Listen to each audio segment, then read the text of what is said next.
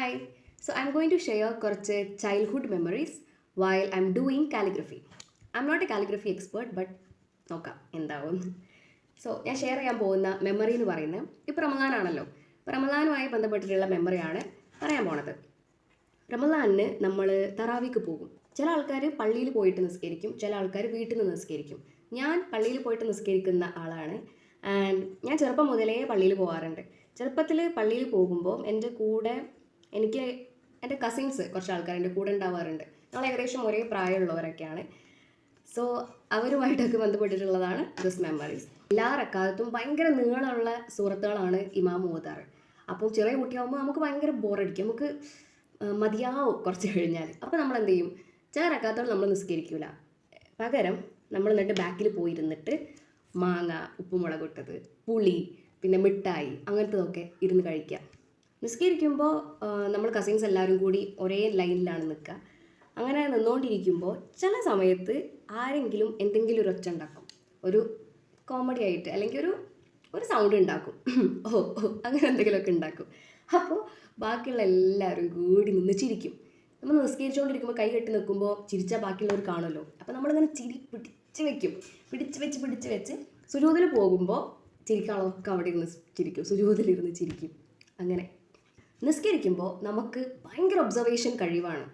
നമ്മൾ കൈകെട്ടി നിൽക്കുമ്പോൾ നമ്മുടെ ചുറ്റിലും എന്തൊക്കെ നടക്കുന്നുണ്ട് എന്നുള്ളത് നമുക്ക് നന്നായിട്ട് അറിയാൻ പറ്റും.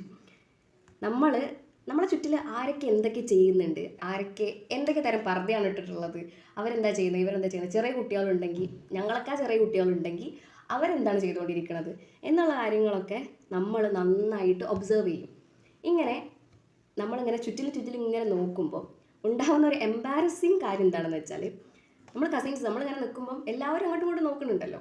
അപ്പോൾ ഒരു പോയിന്റ് എത്തുമ്പം എന്താകും, രണ്ടാൾക്കാർ കണ്ണോട് കണ്ട് നോക്കും. അപ്പോൾ രണ്ടാൾക്കും മനസ്സിലാവും, ഓ അവർ നിസ്കരിക്കൊന്നുമല്ല, നിസ്കാരത്തിൽ ഇങ്ങനെ അങ്ങോട്ടും ഇങ്ങോട്ട് നോക്കിക്കൊണ്ടിരിക്കുകയാണെന്ന്.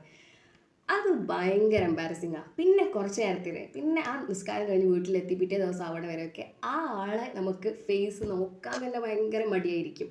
കാലിഗ്രഫി ഞാൻ ചെയ്യുന്നത് ശരിയാണെന്നൊന്നും എനിക്കറിയില്ല. ഞാൻ ഇതിൽ കാണുന്ന അതേപോലെ ചെയ്യാൻ കേട്ടോ. ഞാൻ കാലിഗ്രഫി ചെയ്യാത്തൊരാളാണ്. സോ ഇതിലുള്ള പോലെ ചെയ്യാം. ഇനി ഞാൻ ചെറിയ കുട്ടിയായിരുന്ന സമയത്ത് ഞാൻ എൻ്റെ ഉമ്മാൻ്റെ നാട്ടിലായിരുന്നു ഉണ്ടായിരുന്നത്. ഉമ്മാൻ്റെ നാട്ടിൽ 2 പള്ളിയിലാണ് നമ്മൾ സ്ഥിരമായിട്ട് തറാവിക്ക് പോയിരുന്നത്.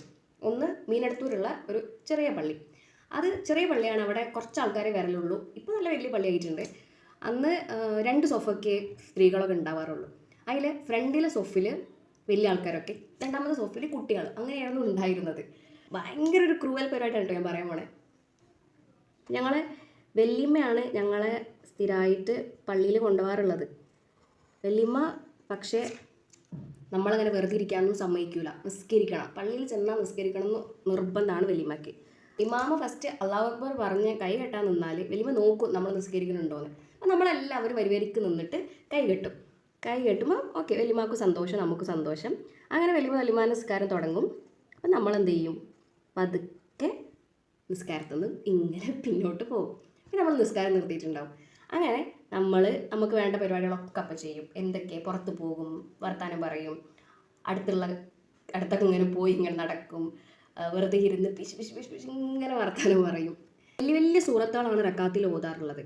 അതുകൊണ്ട് തന്നെ 2 റക്കാത്ത് കഴിയാൻ നല്ല ടൈം എടുക്കും. അപ്പോൾ നമുക്ക് വേണ്ട കാര്യങ്ങളൊക്കെ ചെയ്യാനുള്ള സമയം കിട്ടും.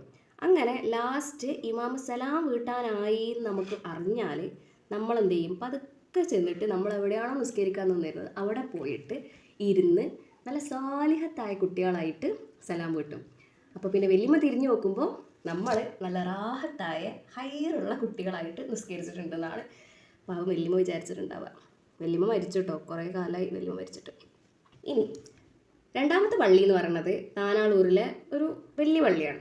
അവിടെ ഒരുപാട് ആൾക്കാർ വരുന്ന, ഒരുപാട് 5, 6, 7 സൊഫൊക്കെ ഉള്ള ഒരു വലിയ പള്ളി. ആ പള്ളിയിൽ നമ്മൾ പോകുമ്പോൾ, അപ്പോൾ നമ്മൾ നിസ്കരിക്കുമ്പോൾ എല്ലാവരും നല്ല വരിക്കല്ലേ നിൽക്കുക. അങ്ങനെ നിന്നാൽ കാണാൻ ഭയങ്കര ഒരു ഭംഗിയാണ്. അപ്പോൾ നമ്മൾ സുജൂദ് ചെയ്യുമ്പോൾ എല്ലാവരും ഇങ്ങനെ ലൈനായിട്ട് സുജൂദ് ചെയ്യുമ്പോൾ അത് കാണാൻ നല്ല ഭംഗിയാണ്. അപ്പോൾ നമ്മൾ മക്കയിലുള്ള ഹറമിലൊക്കെ ഉള്ള അങ്ങനെ നിസ്കരിക്കുന്നൊക്കെ ഫോട്ടോസൊക്കെ ഇൻ്റർനെറ്റിലൊക്കെ കാണലില്ലേ. അപ്പം അത് കാണാൻ നല്ല ഭംഗിയല്ലേ. അപ്പോൾ നമ്മളെന്ത് ചെയ്യും, നിസ്കരിക്കുമ്പം അല്ലാഹു അക്ബർ പറഞ്ഞിട്ട് ഇമാമ് സുജൂദക്ക് പോയാൽ നമ്മൾ പോവില്ല. നമ്മൾ അവിടെ നിന്നിട്ട് ചുറ്റുമൊക്കെ നോക്കി ആ ഭംഗിയൊക്കെ ഒന്ന് ആസ്വദിച്ചിട്ട് ആണ് സുജൂദ് പോവുക. പിന്നെ സുജൂദ് കഴിഞ്ഞിട്ട് അല്ലാഹു അക്ബർ പറഞ്ഞിട്ട് ഇമാം ഇരിക്കുമ്പോൾ നമ്മൾ പെട്ടെന്ന് ഇരുന്നിട്ട് പിന്നെ ഒന്നും കൂടി ഒന്ന് ചുറ്റും നോക്കിയിട്ട് ആ ഒരു ഭംഗി വാ അടിപൊളി എന്നൊക്കെ ഒന്ന് ആലോചിച്ചിട്ട് നമ്മൾ ഇരിക്കുക.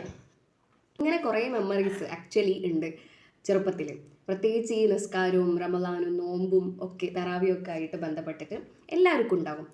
പിന്നെ ഇതൊക്കെ ചെറിയ കുട്ടി ആവുമ്പോഴുള്ള പൊട്ടത്തരങ്ങളും കോമഡികളൊക്കെയാണ് കേട്ടോ. വലുതായതിന് ശേഷം വേണമെന്നില്ല, വലുതായതിന് ശേഷം നല്ല കുട്ടിയാണ്. I M done with my calligraphy. ഭയങ്കര അടിപൊളിയായിട്ടൊന്നുമില്ല, ബട്ട് ദിസ്. നിങ്ങൾക്കുണ്ടാവില്ല ഇതേപോലെ ചൈൽഡ്ഹുഡിൽ ഉണ്ടായ ഭയങ്കര മെമ്മറീസൊക്കെ, നിസ്കാരവും നോമ്പും റമദാനും ഒക്കെ ആയിട്ട് ബന്ധപ്പെട്ടിട്ടുള്ളത്? അങ്ങനെ എന്തെങ്കിലും ഉണ്ടെങ്കിൽ if you want to share, comment below. By.